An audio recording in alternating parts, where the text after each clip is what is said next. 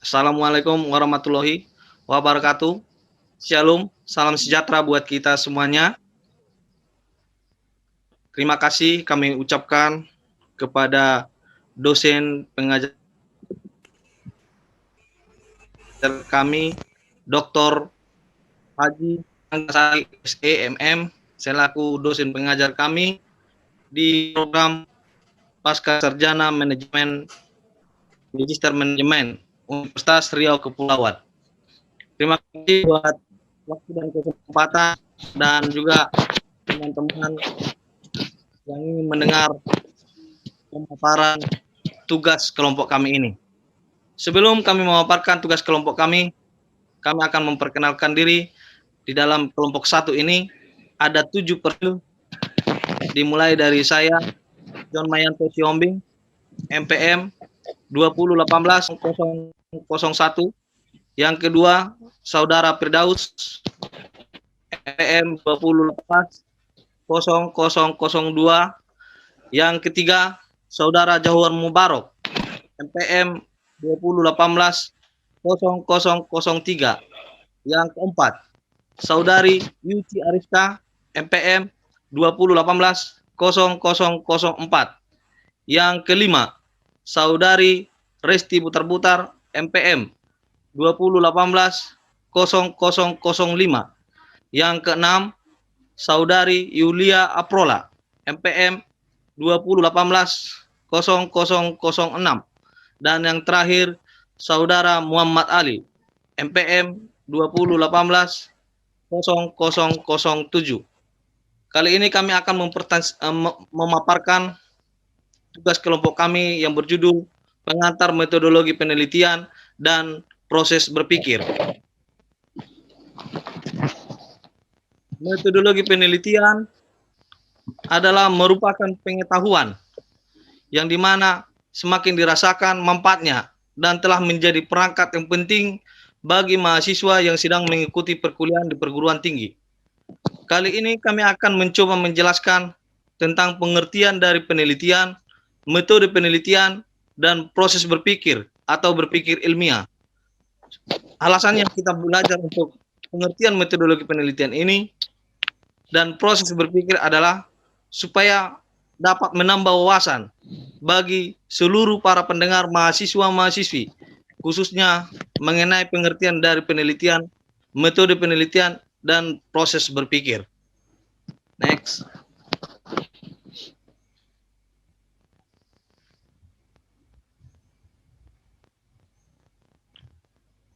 Terkadang kita sering bertanya apa sih metode penelitian itu. Kali ini kelompok kami akan memaparkan metode penelitian menurut Badudu 1994 dalam Kamus Bahasa Indonesia, bahwa penelitian diartikan sebagai pencarian, pengumpulan, pengolahan, penganalisisan suatu objek yang dilakukan berdasarkan teori serta cara-cara yang sistematis untuk memperoleh jawaban atau suatu masalah yang bersifat keilmuan, atau untuk menguji hipotesis dalam pengembangan prinsip-prinsip umum. Kali ini akan dilanjutkan pemaparan slide selanjutnya oleh saudara kita Firdaus. Waktu dan kesempatan kita berikan. Silakan. Terima kasih. Baik, terima kasih kepada Bapak John Mantanto. Ini saya akan melanjutkan pemaparan selanjutnya. Lanjut, untuk penelitian merupakan sebuah metode untuk menemukan kebenaran yang juga merupakan sebuah pemikiran kritis, disebut dengan critical thinking. Penelitian meliputi pemberian definisi, redefinisi terhadap masalah, memformulasikan hipotesis atau jawaban sementara, membuat kesimpulan, dan sekurang-kurangnya mengadakan pengujian yang hati-hati atas semua kesimpulan untuk menentukan apakah ia cocok dengan hipotesis menurut Woody 1927. Next, untuk selanjutnya. Banyak juga yang kita ketahui tentang definisi penelitian, yaitu seperti 1. David H. Penny. Penelitian adalah pemikiran yang sistematis mengenai berbagai jenis masalah yang pemecahannya memerlukan pengumpulan dan penafsiran fakta-fakta. 2. Suprapto. Penelitian adalah penyelidikan dari suatu bidang ilmu pengetahuan yang dijalankan fakta-fakta atau prinsip-prinsip dengan sabar, hati-hati, serta sistematis.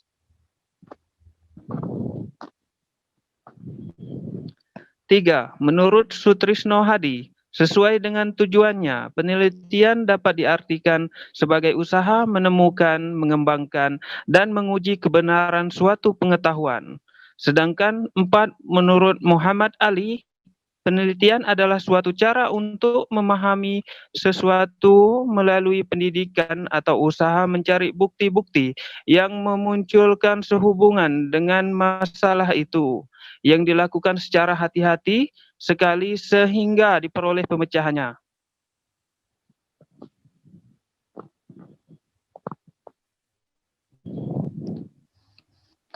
Dari beberapa pendapat yang telah dijelaskan tadi, jelas kiranya bahwa setiap orang pada prinsipnya akan memberikan pengertian terhadap penelitian berbeda-beda. Perbedaan tersebut biasanya tergantung dengan beberapa faktor seperti latar belakang pengetahuan seseorang dan pengalaman yang dimilikinya. Dapat disimpulkan bahwa penelitian tidak lain adalah usaha seseorang yang dilakukan secara sistematis, mengikuti aturan-aturan metodologi, misalnya observasi secara sistematis, berdasarkan pada teori yang ada dan diperkuat dengan gejala yang ada. Demikian untuk pemaparannya.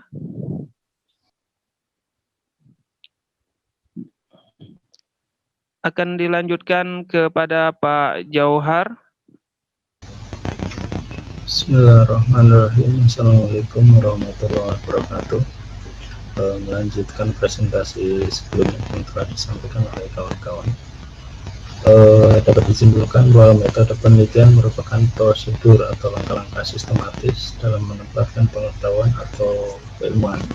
Atau dengan kata lain, metode penelitian merupakan cara ilmiah untuk mendapatkan informasi dengan tujuan dan kegunaan tertentu.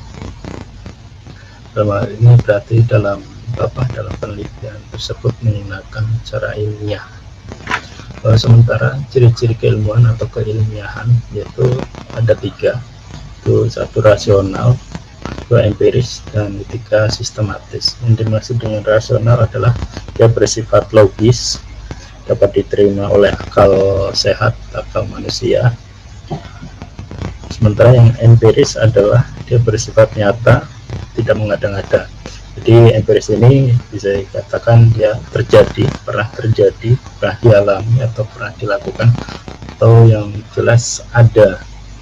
Sementara yang ketiga adalah sistematis, yaitu dia bersifat terstruktur melalui tahapan-tahapan yang ditentukan atau rangkaian-rangkaian sebab akibat dan bersifat utuh dan terpadu. Tujuan penelitian, setidaknya ada 3 tujuan penelitian. Jadi ketika penelitian dilakukan setidaknya ada 3 tujuan. Yang pertama adalah penemuan, yaitu data yang diperoleh dari penelitian itu adalah data yang betul-betul baru, yang sebelumnya belum pernah diketahui atau didapatkan. Jadi dalam hari ini biasa di dalam penelitian itu kita mencari sesuatu yang kebaruan atau novelty. Jadi kita tidak dapat mengulang-ulang penelitian yang telah dilakukan orang. Dalam hal ini pengulangan dapat dilakukan untuk memperkaya ataupun adanya data-data baru untuk menguatkan. Dan yang kedua adalah pembuktian, yaitu data yang diperoleh itu digunakan untuk membuktikan adanya keraguan terhadap informasi atau pengetahuan tertentu. Jadi dalam hal ini seorang peneliti dia harus mempunyai keraguan ataupun sanksi terhadap informasi-informasi yang diterima, apakah informasi itu betul atau tidak. Jadi harus ditekankan bahwa informasi itu benar-benar betul, jadi tidak informasi yang hoax ataupun palsu. ketiga adalah pengembangan, itu memperdalam dan memperluas pengetahuan yang telah ada. Dalam hal ini mungkin di dalam pengembangan setidaknya kalau di dalam penelitian ada dua, yaitu untuk memperdalam teoritis atau secara keilmuan, maupun untuk pengembangan di dalam hal terapan. Jadi tujuan dari penelitian itu adalah untuk diterapkan dalam kehidupan sehari-hari. Ini mungkin lebih bersifat pragmatis. Selanjutnya adalah karakteristik metode penelitian, yaitu sistematis. Itu suatu prosedur yang cermat dan mengikuti aturan tertentu yang baku. Jadi seperti sudah disebutkan sebelumnya bahwa yang dimaksud dengan sistematis adalah dia ngikutin prosedur terstruktur, melewati rangkaian-rangkaian yang telah ditetapkan, itu berkaitan dengan sebab akibat untuk menjelaskan poin-poin tertentu, dan ini sifatnya utuh dan terpadu. Jadi tidak loncat-loncat, tidak asal-asalan, tapi dia ada aturan, ada prosedur yang harus diikuti. Sementara yang kedua adalah objektif dan rasional. Penelitian mempunyai alur akal yang benar dan logis. Setiap opsi dan kepastian harus logis dan rasional serta mempunyai ukuran. Objektif ini adalah berdasarkan fakta. Jadi sering kita mendengar bahwa kamu harus objektif, yaitu berdasarkan fakta, bukan pada perasaan, bukan pada subjektivitas seseorang. Jadi sehingga tidak bias dengan pemikiran subjektif tersebut. Bersifat rasional adalah dia masuk akal, dapat diterima oleh akal sehat, logis, tidak bersifat khayali atau imajinatif yang berdasarkan perasaan, tapi dia berdasarkan pikiran dan akal sehat. Yang ketiga adalah memiliki kegunaan. Jadi metode penelitian itu mempunyai karakteristik adalah mempunyai kegunaan. Penelitian harus mempunyai kegunaan dalam meneliti. Jadi dalam artian di sini bahwa tidak percuma, tidak mubazir sebuah penelitian dilakukan, meskipun itu penelitian yang sifatnya sangat dasar. Dalam artian di sini dia dapat untuk pengembangan keilmuan ataupun teoritis, pengumpulan data yang sangat sederhana dan sangat dasar, ataupun kegunaan yang sifatnya praktis atau terapan. Dalam artian penelitian yang telah dilakukan dia akan memberikan dampak ataupun manfaat di dalam kehidupan masyarakat. Seumpama dari contoh yang bersifat terapan adalah seperti penemuan sepeda motor ataupun teknologi, sehingga itu dapat dimanfaatkan oleh masyarakat secara umum. Baiklah, saya akan melanjutkan memaparkan tentang proses berpikir atau penalaran. Manusia menggunakan nalarnya untuk mengembangkan pengetahuan, menemukan hal-hal baru, mengembangkan kebudayaan, memberi makna pada kehidupan, dan memanusiakan diri dalam hidupnya. Hal itu disebabkan karena manusia mempunyai bahasa yang mampu mengomunikasikan suatu informasi dan jalan pikiran yang melatar belakangi informasi tersebut. Next, Pak. Yang kedua, manusia memiliki kemampuan berpikir menurut suatu alur kerangka berpikir tertentu. Adapun ciri-ciri suatu kegiatan berpikir atau penalaran, yang pertama, suatu pola pikir yang disebut logika atau proses berpikir logis. Pola berpikir ini adalah pengkajian untuk berpikir secara benar berdasarkan logika. Yang kedua, sifat analitik dari proses berpikir. Sifat analitik merupakan konsekuensi dari adanya suatu pola pikir tertentu. Next. Jenis-jenis proses berpikir ada dua. Yang pertama, deduktif, yaitu menarik kesimpulan berdasarkan alasan-alasan tertentu. Alasan-alasan ini mencerminkan suatu kesimpulan dan memberikan bukti atas kesimpulan tersebut. Misalnya, Semua logam bila dipanaskan akan memuai, sehingga untuk menarik kesimpulannya, tembaga dipanaskan akan memuai, perak dipanaskan akan memuai, besi dipanaskan akan memuai, kuningan dipanaskan akan memuai. Selanjutnya proses berpikir induktif akan dijelaskan oleh Ibu Resti Butar-Butar. Terima kasih. Dua, induktif yaitu merupakan metode pemikiran yang bertolak dari hal-hal atau peristiwa khusus untuk menentukan hukum umum.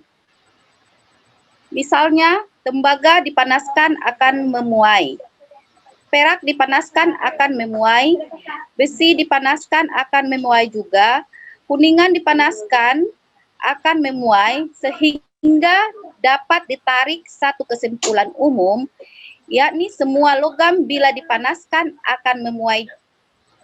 Menurut Kartono dalam buku Psikologi Belajar, karangan Khadijah mengemukakan bahwa terdapat 6 pola berpikir, yaitu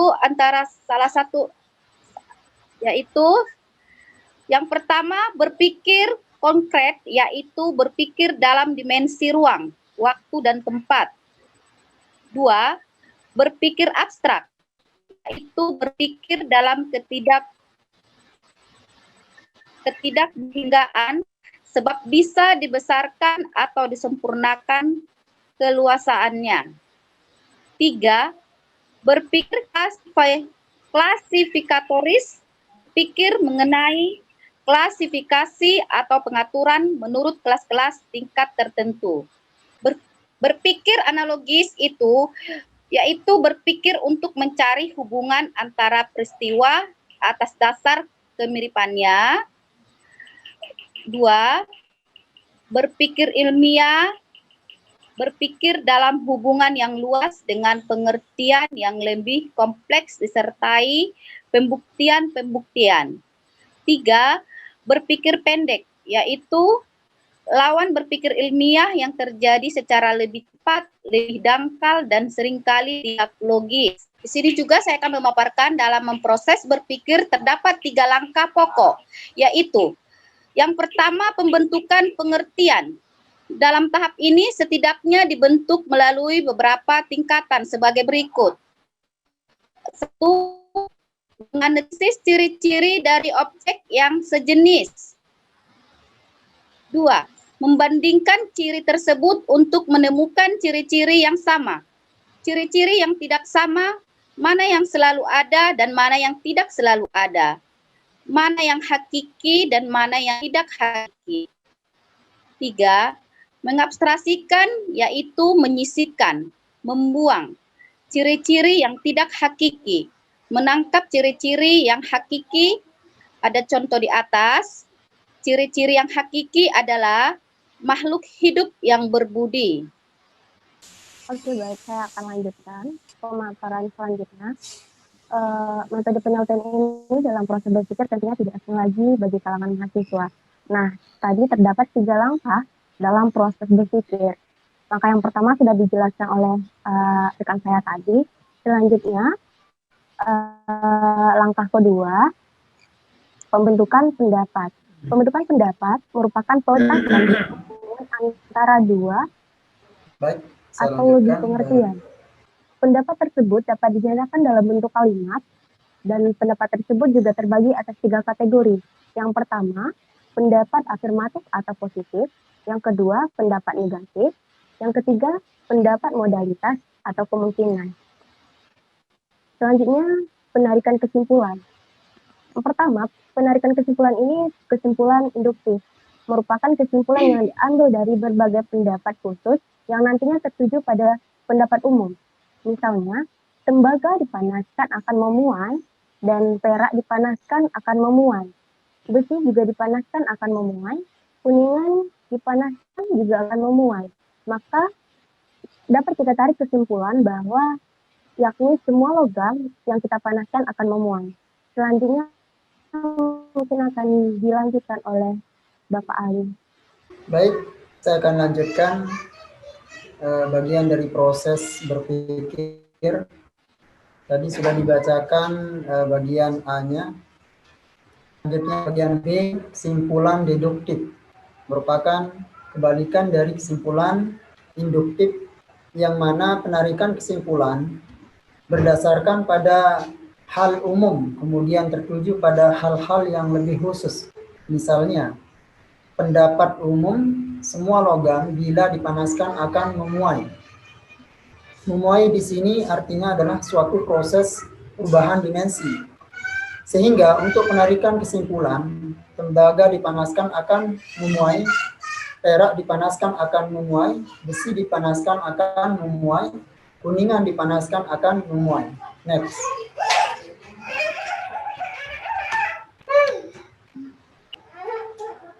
Selanjutnya, bagian C, berpikir analogis, yaitu kesimpulan yang didapatkan dengan cara membandingkan atau menyesuaikan dengan berbagai pendapat khusus yang telah ada. Misalnya, Andi anak yang pandai dan Andi naik kelas. Penarikan kesimpulan logisnya adalah Sally anak pandai pastinya akan naik kelas. Baik, hanya sekedar ini yang bisa kita sampaikan pada malam hari ini. Yang dari saya, mudah-mudahan ada manfaat dan barokahnya bagi kita sekalian. Amin ya rabbal alamin. Lanjut ke host.